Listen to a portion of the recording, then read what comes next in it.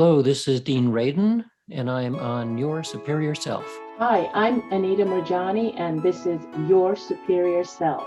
Hello, this is Dr. Raymond Moody, and this is Your Superior Self. Hi, Cultural Creatives. I'm Bruce Lipton, and I'm here to join you with Your Superior Self. This is Paul Selig, and this is Your Superior Self. What's up, everybody? I'm Aubrey Marcus, and this is Your Superior Self.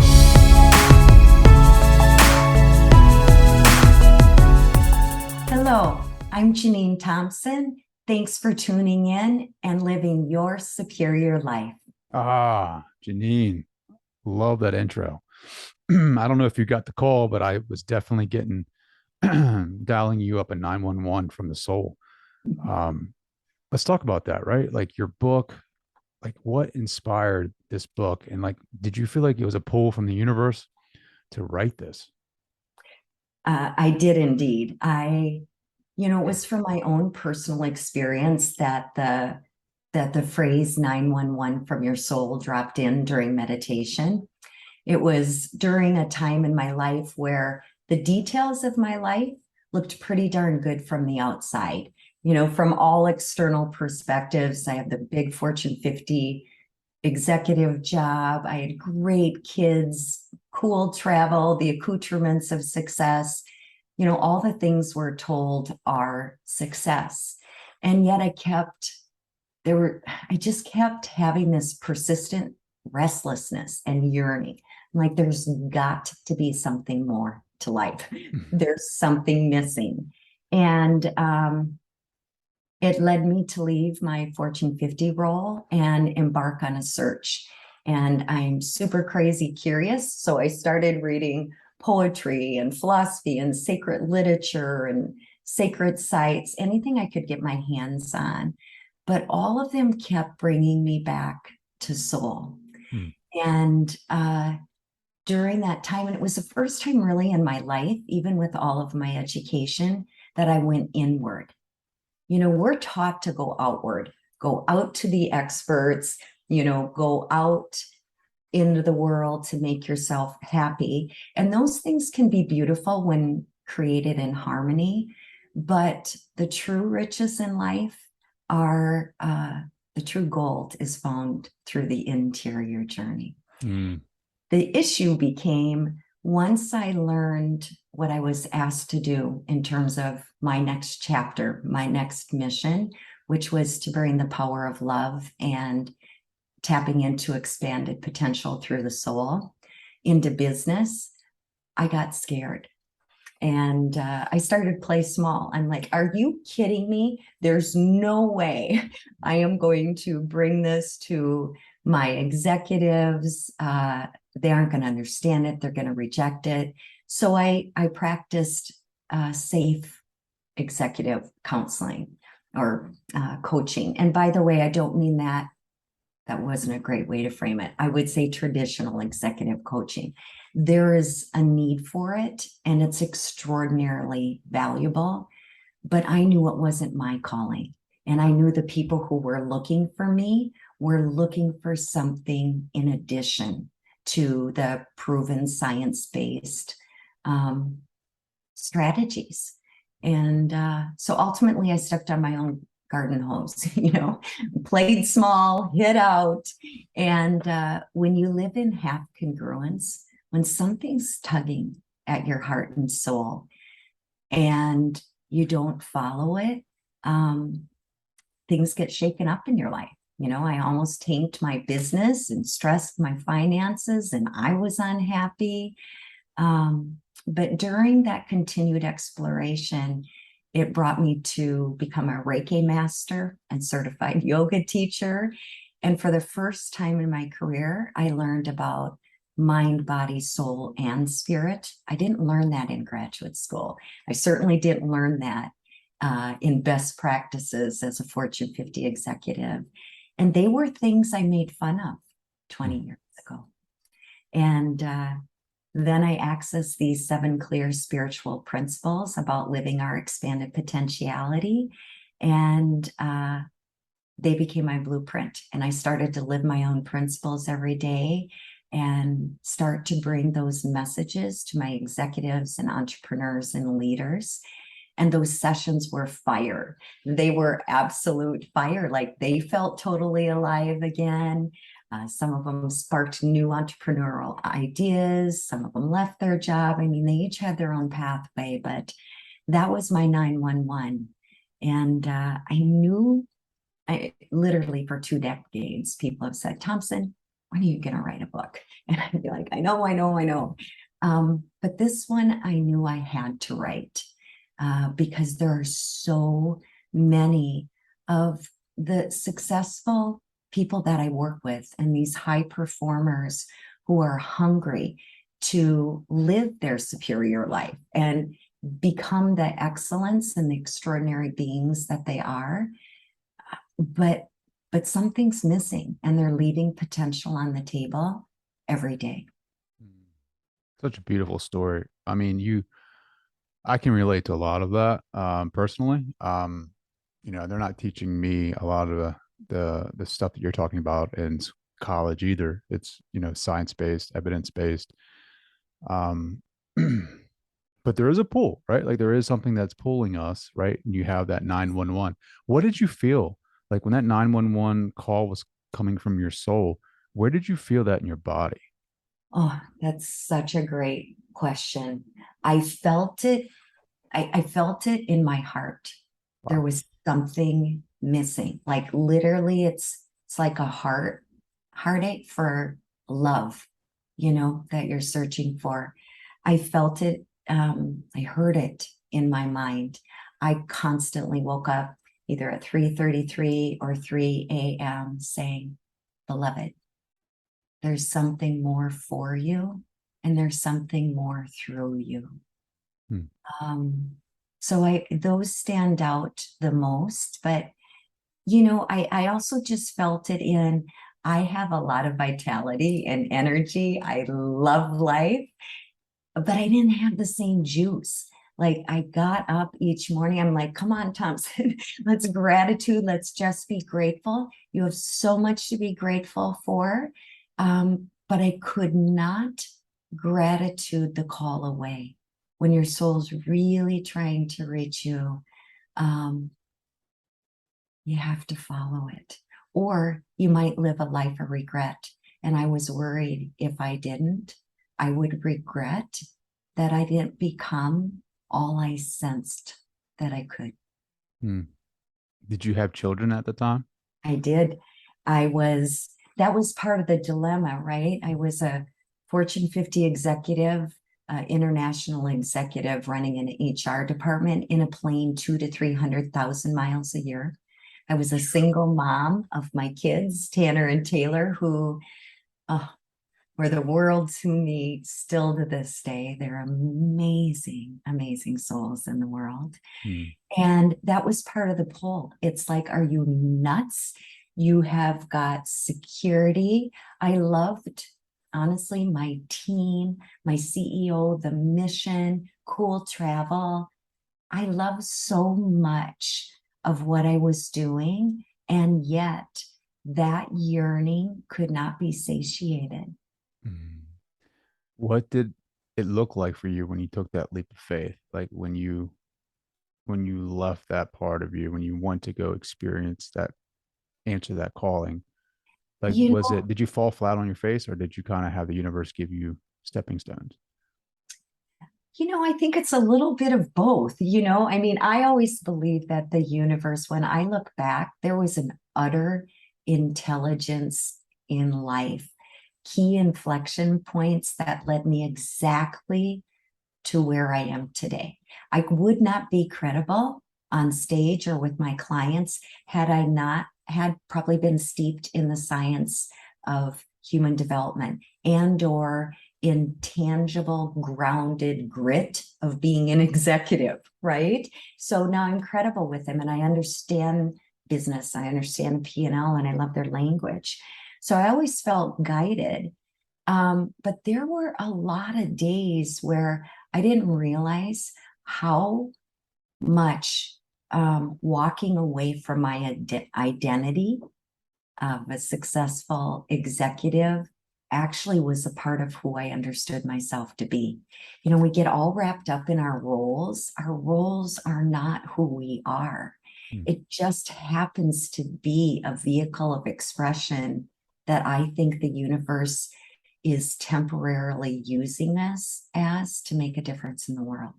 But for a while I was lost, and I woke up and like, what did you do? So then I went traveling again. You know, it wasn't as if I didn't travel enough for my job, but this time it was for personal. And I thought, certainly, you know, I'm going to crack this code on what's next. But so some dark days, some days of what did I do? But when I learned how to rest in the breath of love and listen, and for the first time in my life, not figure it out. My whole life, I was taught, use your big brain, figure it out, get moving, do something, you know? So that's how my type A self was wired back then. And it's the antithesis of the fertile soil of the dark times and the unknown. It's actually there, the trove of intelligence and answers and love reveals itself. And that heart space more, right? Like, you know, I've always led with my brain. Like I've always tried to problem solve. Like I've always tried to analytically dissect a problem, and I find myself more confused than ever, really, right? And you know, it's for me, it's been here's the aha moment for me, right? Like I just got back from LA, did a lot of healing work out there, and came back and stumbled upon like some new literature. I don't know if it was because I was just, you know, different, or I know I'm different, but attracting different teachings. For some reason, I just had this awareness, this realization that like every decision that I've ever made in my life has gotten me to right here, right now with you. Like every decision, every yes, and every no, and every non-decision has gotten me right here. So I have literally created my life, like my reality, just by saying yes or no, even saying I don't know or not. I'm not going to make a decision. And there was such relief in that. Yes. You know, because I've always tried to look at things from a left brain aspect, and I've driven myself nuts. Like, how can this have happened to me? How can I have been here? Why is the universe against me? Yeah. And it's not that at all. It's like I've made this path brick by brick with every decision that I've ever made. And like when that realization hit, it was like a freedom. Absolutely. Like, you know, does that make sense? It makes perfect sense. And I think I want to comment on a couple of things. So I'm going to go back and then I'm going to comment on what you just said. When you said you always use your brain in the analytics, that's what we're trained to do. And now come to find out, now there's neurological evidence that we have three brains: our head, our heart, and our gut.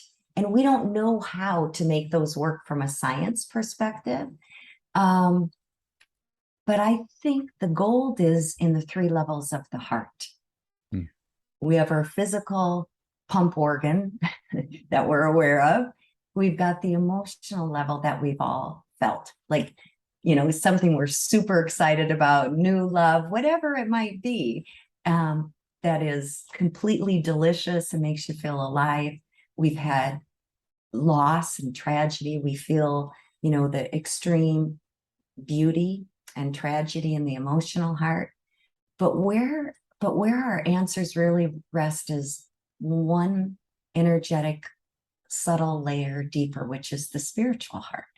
And that's the heart the mystics and the scholars spoke about. That's the heart we're not taught to access. So I think it's both. I love the fact that I now can explain that sometimes my gut said, turn left. GPS might have said right, or maybe the team thought a better decision was right. And my gut was like, no, I think we should turn left. My heart was like, we got to turn left. But my head stopped me because it said, no, the data's not there. Team's right. Let's go with the wisdom of the crowds. And then a couple weeks later, I heard myself say, I knew I should have. I knew I should have. So we got to learn. We do need to learn how to understand how to make our three different brains work together. But first, I would say we have to figure out how to kind of tune into the energy that will give you access to whatever it is you seek and whatever you're meant to become. I want to go back to, you were talking about the personality, right? Or Yes. successes. If we're not the personality, what are we? Well, in my language, I would say that we are soul. So to me, personality and ego are part of our conditioned self. They're the experiences, the filters, the biases from our childhood, from influential authority figures, from the culture. That shapes our personality, but that's our human nature. But we also have a divine nature. Call it whatever you want. It doesn't have to be associated with religion. It can be the quantum, modern science. But we have this supernatural divine nature. And that's the truth of who we are. And part of what the principles in my book do, I have sections that are the earth view. How do we get stuck in the earth view of mind? And then what's the soul view of mind? And then how do you live the beauty of the ant? Because I think that we're souls traversing in a wonder suit of a body. What is it? What they call it? A flesh suit or a meat suit or something like that? Yeah. But for folks who are listening right now and they go, oh man, that the word soul is loaded for them or carries, doesn't work for them. Try this on for size. There's a Greek philosophy from Aristotle called entelechy. And entelechy is the realization of potential. So it's the entelechy of an acorn seed to become an oak tree. It's entelechy of a caterpillar to become a butterfly. Will you too, every single one of you listening right now, have the entelechy, that seed of potential that wants to be birthed through you and only can be birthed uniquely through you? I want to talk about this because it's not advertised on your website. Or maybe it is. I just haven't found it yet. But some of your non-traditional education that I really am attracted to. Let's see. RTT, Reiki master, and yoga instructor. Where is the channeler in this? I thought you're a channeler too, right? I am indeed. I love that. I am. Is that not advertised?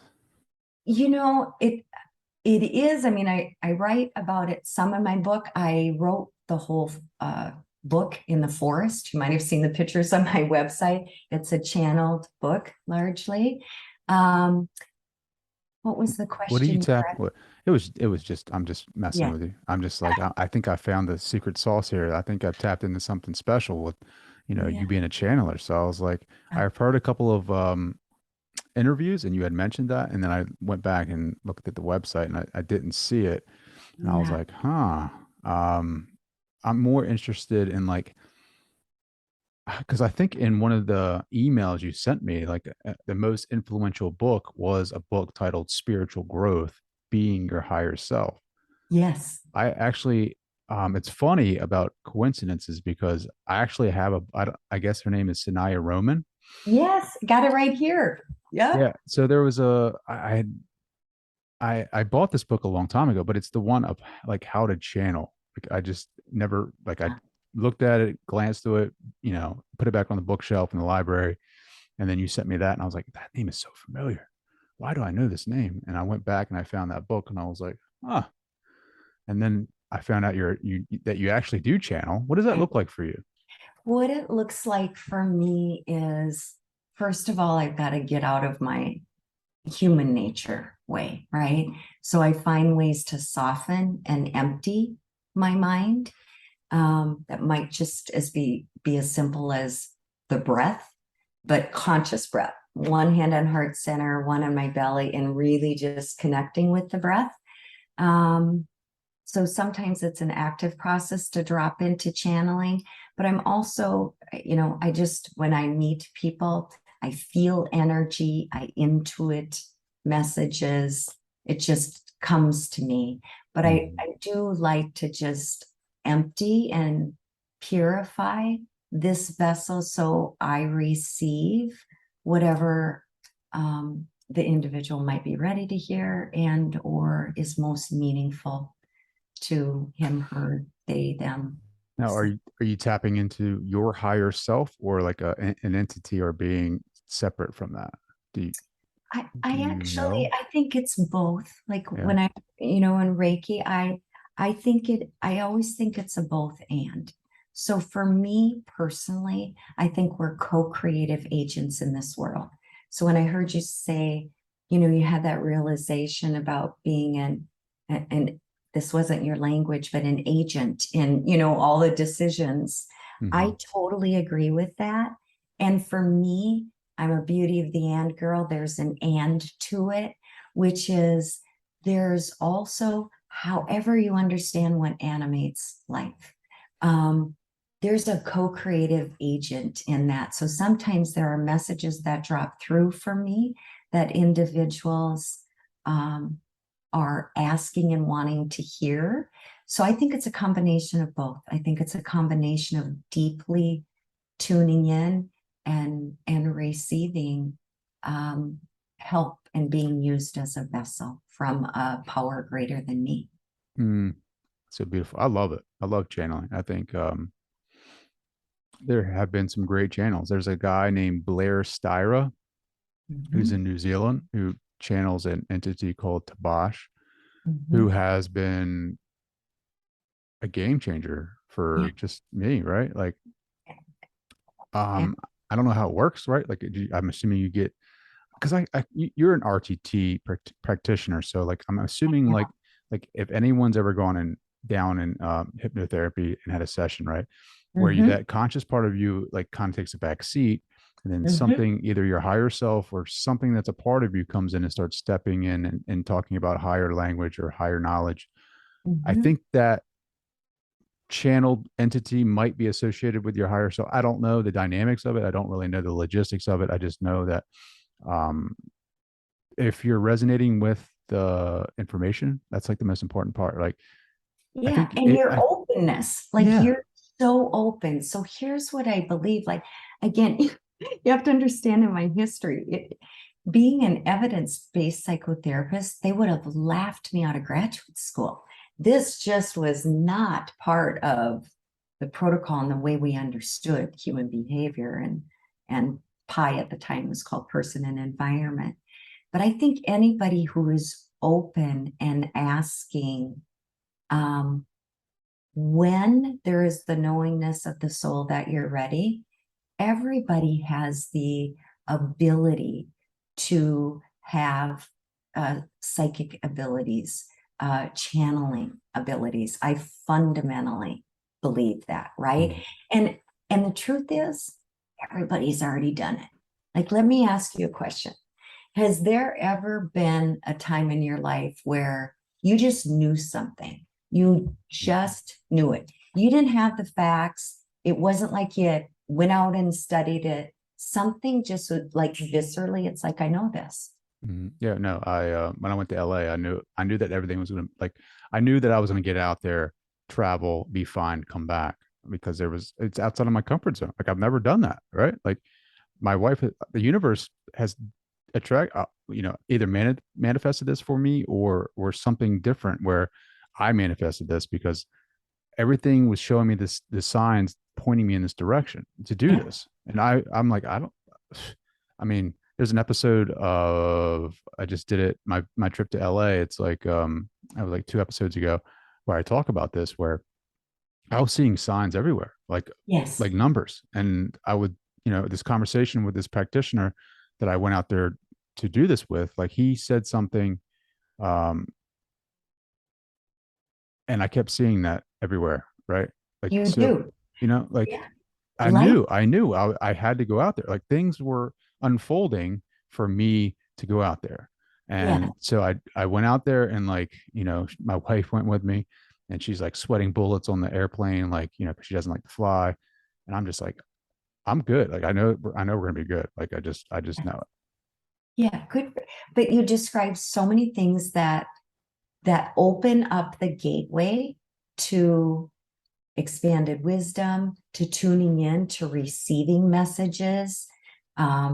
Soul speaks in so many ways. Body sensations, goosebumps might just run up and down your body. Inspired creativity, thoughts coming out of the blue. I call them divine downloads.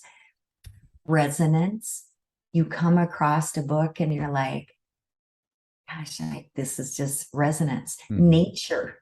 Nature is a huge gateway. We have to lose our busy brain in order to find the truth of who we are.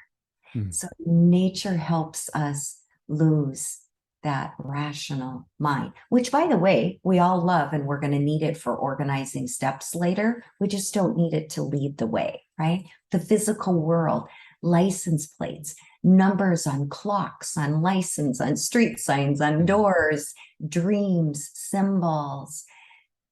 It's infinite. But what I love about what you're describing is you have got this curiosity, you have got this willingness to say, you heard or felt or was guided to go to LA, and you're like, okay, I'm in.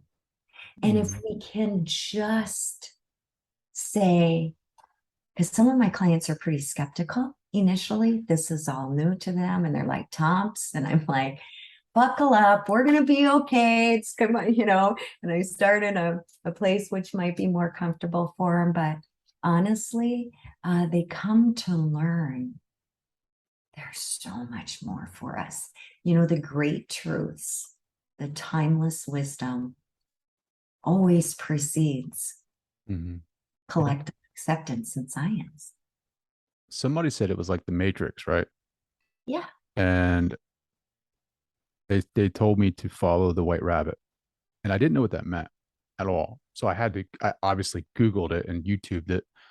And there's a scene where Neo is like talking with the universe on his computer screen, and it says follow the white rabbit. And then there's a couple that knock at the door, and there's a girl with a white rabbit on her shoulder, and he follows her. And I didn't watch the rest of it. But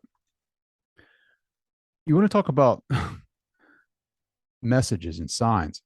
After they said this, I saw the white rabbit everywhere. Like white rabbits came out of, and I'm not talking about Easter time. I'm talking about regular, I don't know. This is like 6 months ago, but I see white rabbits all the time.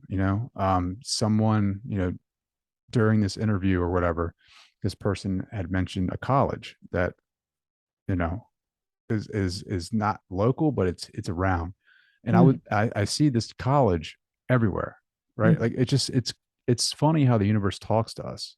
We're just not awake to it. We're just not conscious to it. There you go. Because most of us, by the way, aren't tuned in. We are multitasking. And by the way, I get that. That was me. I was taking another business call while I was making dinner for my children. I was driving in the car, taking a call. I wanted to maximize time. I was listening to something, while I was exercising. And to truly access these gateways, we need to, I think everyone needs to practice stillness. And there's different ways we can get at stillness, but at least every single day to just commit to doing nothing but consciously joining the rhythm of your breath and listening. Mm. And most of us, when my master yoga teacher was training me, I'm like, you don't know me very well. I can't sit still. My head's going 1,000 miles. I got to call this person in China. We got to do this over here and across the world. And what I had to learn is I had to change my story. You know, we've been taught to be on the run.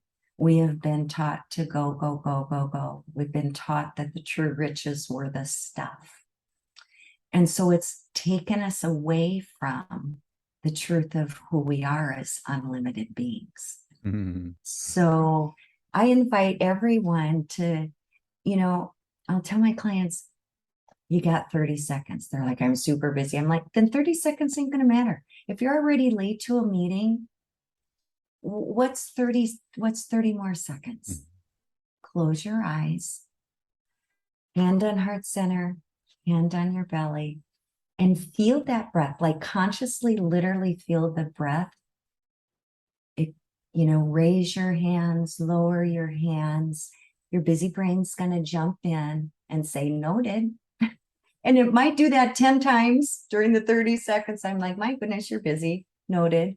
Retouch, because we follow touch in the body. And congratulate yourself. You did it. 30 seconds. Maybe the next day it's 60 seconds.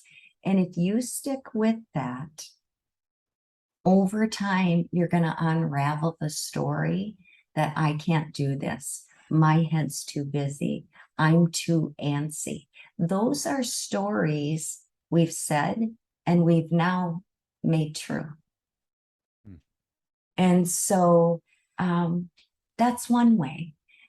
But we also can lose that busy mind in nature. Some people can do it through painting, through music, through rhythmic lifting of weights, or a freeing run where they lose it.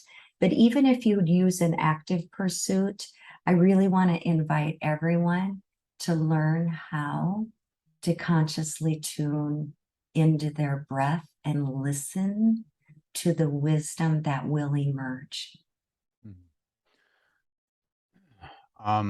When you tap into that higher self or channel, right? Do you hear it in your thoughts? Do you hear a separate voice? Are you a trance channeler? Or what does that look like?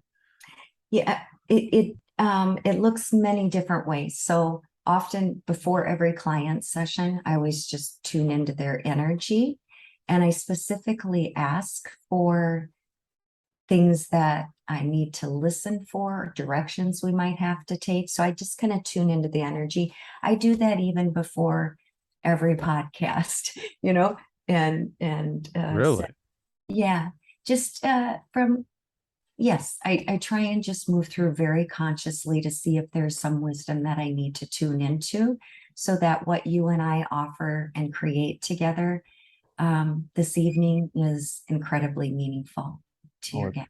This is definitely meaningful. Yeah. What was the energy reading you got before the interview? Literally, I was outside. I often ground barefoot on the ground, so I harmonize with the earth. I was up against a tree. My neighbor's taking out the laundry. They're so used to it now. They used to go, honestly, Toms, we love you so much, but what are you doing out here? And I'm like, listen, this just helps me tune in to how I can best be used over the next hour. Mm-hmm. And the energy was just very resonant. It was calm.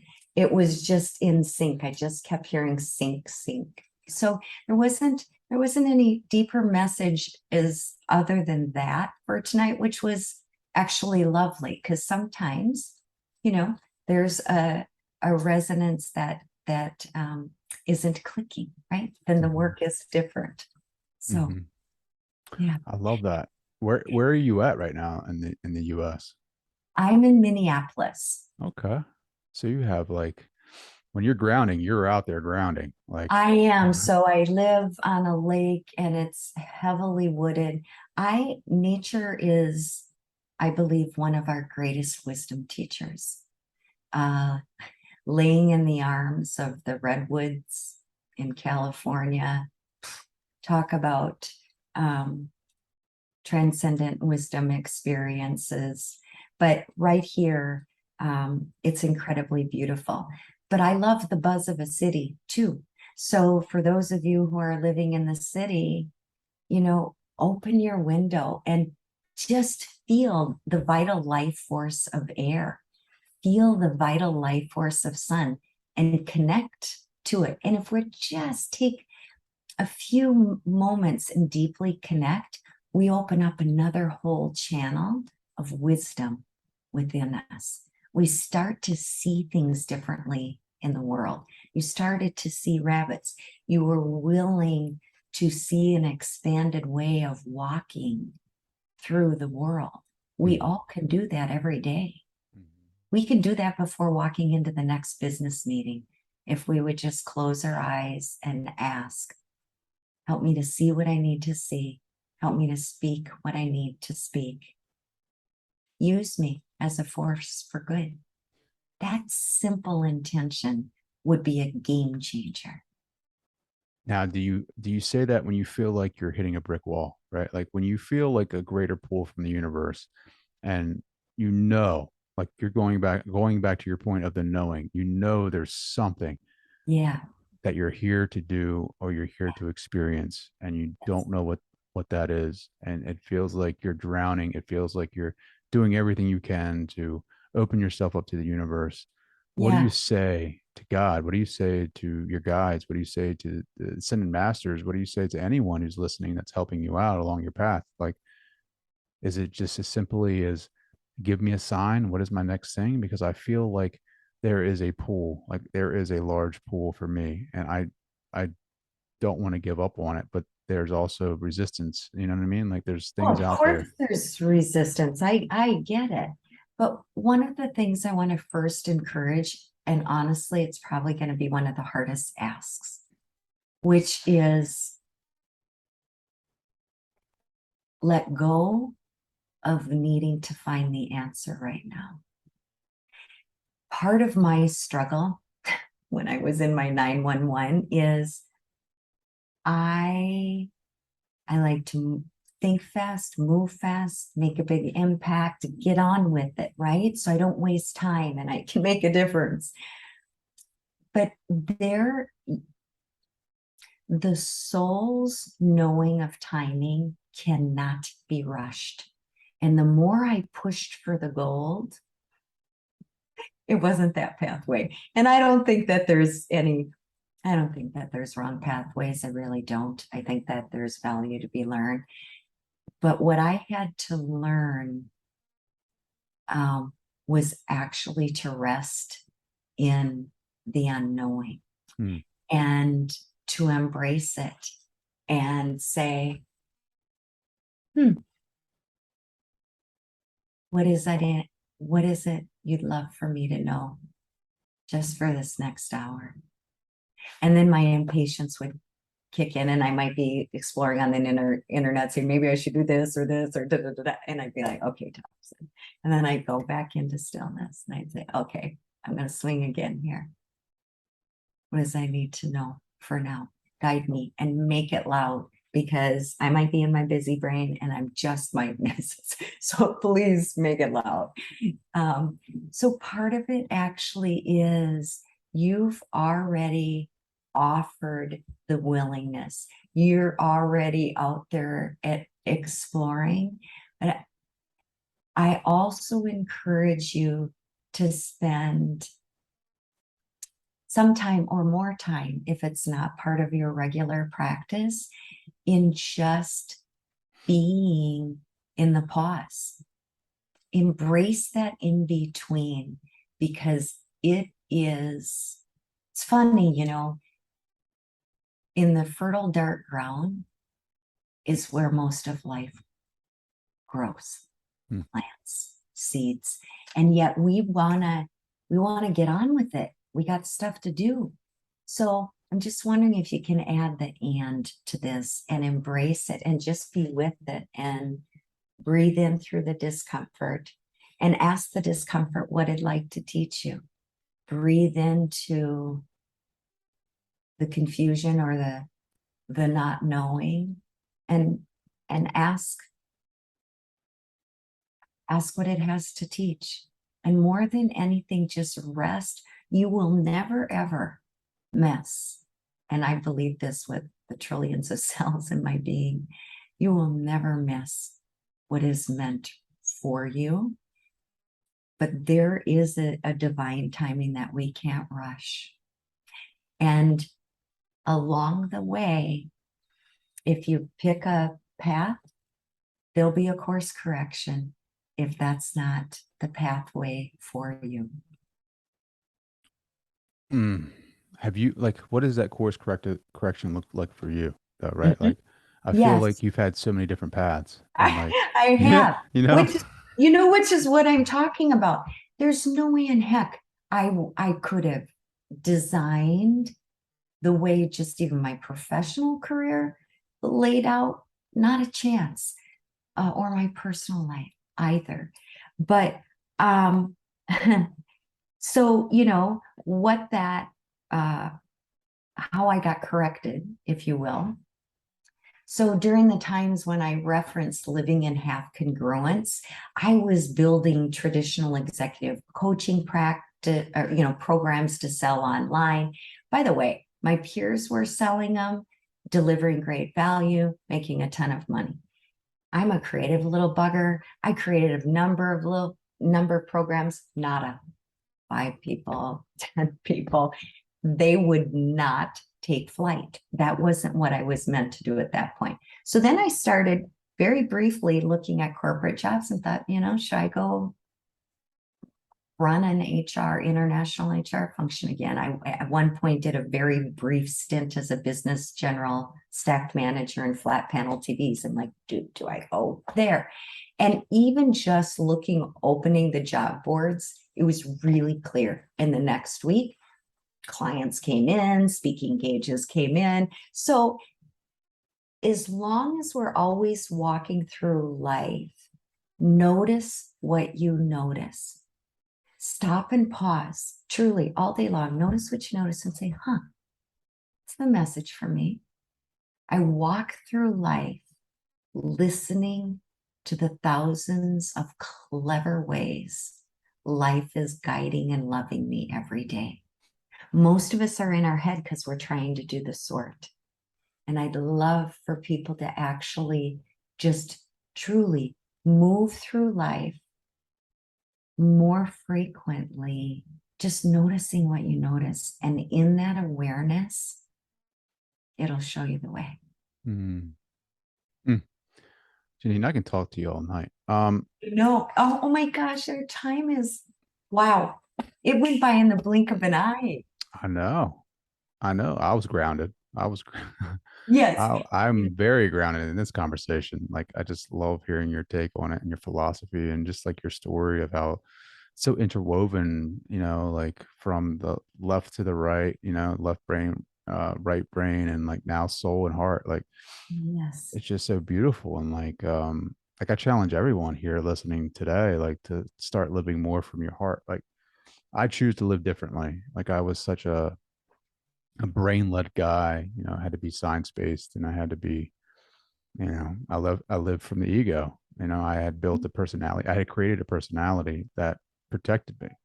Yes. And I was scared of being vulnerable, and I didn't want to be hurt. And now I can feel my heart emerging, right? Yes. It's almost like the resurrection of Christ almost over here, the rock rolling away from the tomb. And I take that from Paul Selig's book, but he channels and living differently. And I challenge everyone here tonight to live differently, live with your heart first, because that is the knowing, right? That's the remembering of our true intelligence. It is indeed. And that spiritual heart